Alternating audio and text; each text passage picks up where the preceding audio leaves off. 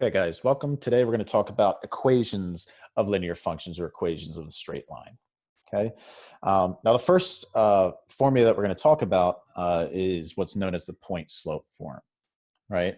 So if you know the slope of a line and a point on that line, then we can form an equation of that line by inserting the point that we know as x1, y1, and the slope that we know as m. Right, now if you look at this looks sort of similar to the slope formula, which is y2 minus y1 over x2 minus x1 is equal to m.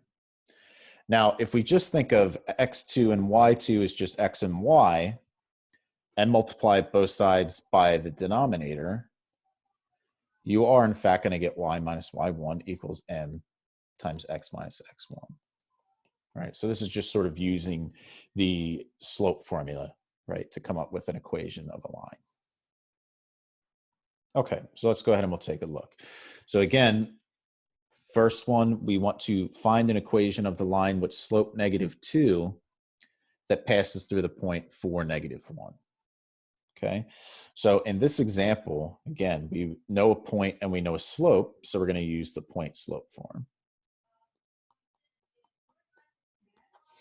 Right, and in this case, my point 4, -1 will be my x1, y1, and my slope will be my -2. Now, x and y, you're always going to leave alone, right? So you're always going to have something that looks like this. And everything else will fill in, right? So my y1 is -1, my m is -2, and my x1 is 4, right? So I can write this as y plus 1 is equal to -2 parenthesis x plus 8. And this is the point slope form. Now we're going to see that most of the time we're going to put this in a slightly different form. And of course, most of the time we would get y by itself. So first we would distribute. Whoops. I didn't need to distribute in this case. That should still be x minus 4. Right, but now we would distribute, we get -2x plus 8, and then subtract 1, and we would get that y is equal to -2x plus 7. And we would usually put it in that form. Okay, now they want us to sketch this. And of course, we already have one point, and since we know that this is a line, we only need one more point. So we know that we have the point 4, -1 on here. Okay, now if we plug in 0 for x, we get that y is equal to 7 when x is equal to 0. So we can get another point by just plugging in 0. So that point would be up here. So we could get something like this. Okay, in part B, we're told that the slope is equal to 3 and that the point is -1, -5. So again, in point slope, this will look something like y minus -5 is equal to m, so 3 times x minus x1, so -1. So if we fix our negatives, we get y plus 5 is equal to 3 times x plus 1, and this is the point slope form.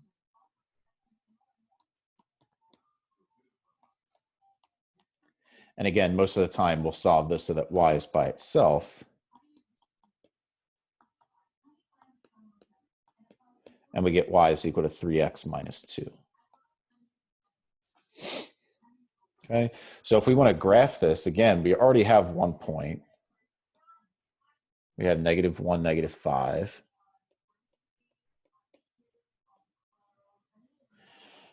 And then if we wanted another point when x is 0, we get that y is -2. So we get another point right here.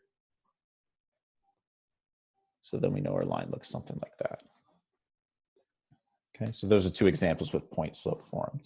Now, the form that we put it in, once we found it in point slope form, is actually referred to as slope intercept form, right? Now, if you have a non-vertical line, it's always going to pass through the y-axis, right?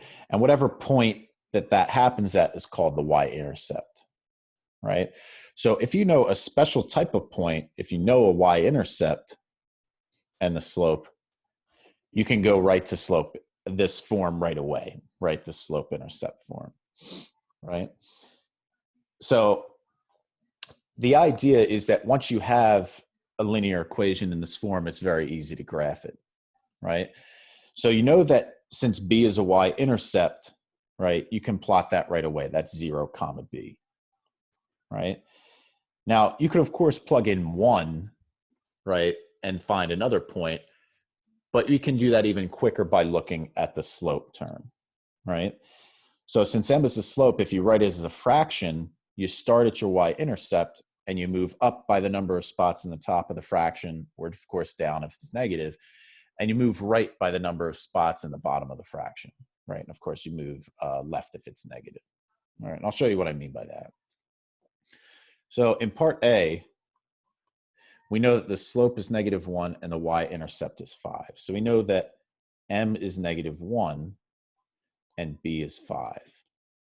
So since we know a slope and a y-intercept, we can just go right to slope-intercept. So we get y equals -1x plus 5, or y equals -x plus 5. Now to graph this, again, we can plot the y-intercept first, which is at 5. So we know that we have a point right here. Now, if I look at my slope, it's -1, but if I write it as a fraction, it's -1 over 1. So if I start at the y-intercept, I know that the -1 in the top of the fraction tells me to move down 1, and the +1 in the bottom tells me to move right by 1. So I know that I have another point right here. So if we connect them, we're going to get something that looks like this. Okay, so that's sort of the idea. Okay, part B, we have m is equal to 1/2, and our b is equal to -4. So we can get y equals 1/2 x minus 4. Now, if we sketch this,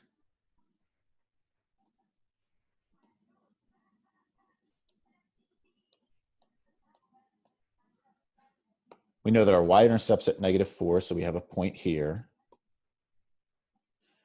And since my slope is 1 over 2, this tells me that I can then move up by 1 and to the right by 2, and then there's my next point. So we get something like that. Okay. Now, in this example, we want to find the slope and the y-intercept of y equals -2x minus 4. Well, what's nice about this is already in the slope-intercept form, y equals mx plus b, right? Whatever's sitting in front of the x is our slope, and whatever is not with the x is our y-intercept. So in this case, we can find pretty quickly that m is -2, because that's the number in front of our x, and our b is -4. So this, of course, is our slope, and this is our y-intercept. Right? And then in part B, again, it's already in slope-intercept form, so that makes this nice. So we can get right away that our slope is -1/3, and our y-intercept is 14. Okay, so that's pretty straightforward. Okay, now in example 5, we have to do a little bit more work, right? Because we're given y minus 3x plus 1 equals 0. If we want to be able to pick out what the slope and y-intercept are quickly, we need it to look like y equals mx plus b. So we need to get y by itself. So to do that, I need to add the 3x and subtract the 1. and I'm going to get, once these cancel, y is equal to 3x minus 1. So then that tells me my slope is 3 and my y-intercept is -1. Okay, and then part B, same idea. We have 2y plus x minus 3 is equal to 0. But if I want to get y by itself, but if I want the slope and the y-intercept, I need to get y by itself. So let's move the x and the -3 over. So we're going to get that 2y is equal to -x plus 3. And now when we divide both sides by 2, I'm going to get y by itself on this side. And I want to use that property that if I have a fraction written over one denominator, that I can separate them. Right? So this is going to allow me to say that I have a -1/2 x plus 3 over 2. So that tells me that my slope is -1/2 and my y-intercept is 3 over 2. Okay, so that's that example. Okay, and the last thing that we'll comment on, I think, so the last thing that we'll comment on is what the general first degree equation in x and y, right? So if you ever wanted to write in general first degree equation, or sometimes this is called standard form, you can move everything to one side, right, and have a 0 on the other side, and you can always write it in this form as well, right?